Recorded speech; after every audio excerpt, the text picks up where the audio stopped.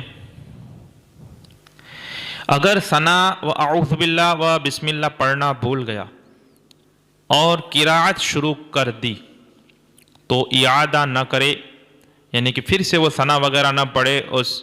یعنی نماز شروع کی، ثنا پڑھنا بھی بھول گیا، اعوذ باللہ بھی بھول گیا، بسم اللہ بھی بھول گیا، اور سیدھا اللہ اکبر کر کے کیا شروع کر دیا؟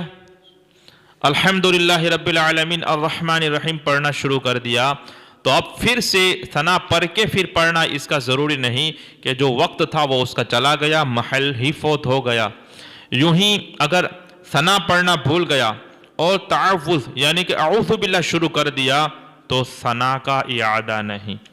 یعنی ثنا پڑھنا بھول گیا اور اعوذ باللہ سے شروع کر دیا تو پھر اب پھر سے ثنا پڑھے اور پھر اعوذ باللہ پڑھے، ایسا نہ کرے، بلکہ وہ ثنا جو تھا اس کا وقت ہی چلا گیا.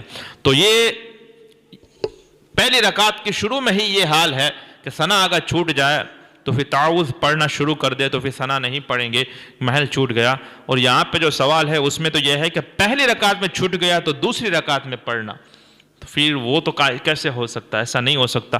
ہاں، جو مسبوق ہوتا ہے کہ جس کی ایک رکعت چھوٹ گئی ہو، پھر اب وہ اپنی پڑھنے کے لیے جب کھڑا ہوگا، ایک رکعت چھوٹ گئی یا اس سے زیادہ چھوٹ گئی، اب جب وہ اپنی نماز، اپنی رکعتیں جو چھوٹی ہیں وہ پڑھنے کے لیے کھڑا ہوگا تو اس میں جو پہلی رکعت اس کی چھوٹ گئی اس کی وجہ سے اب وہ پہلی رکعت میں وہ ثنا پڑھ سکتا ہے.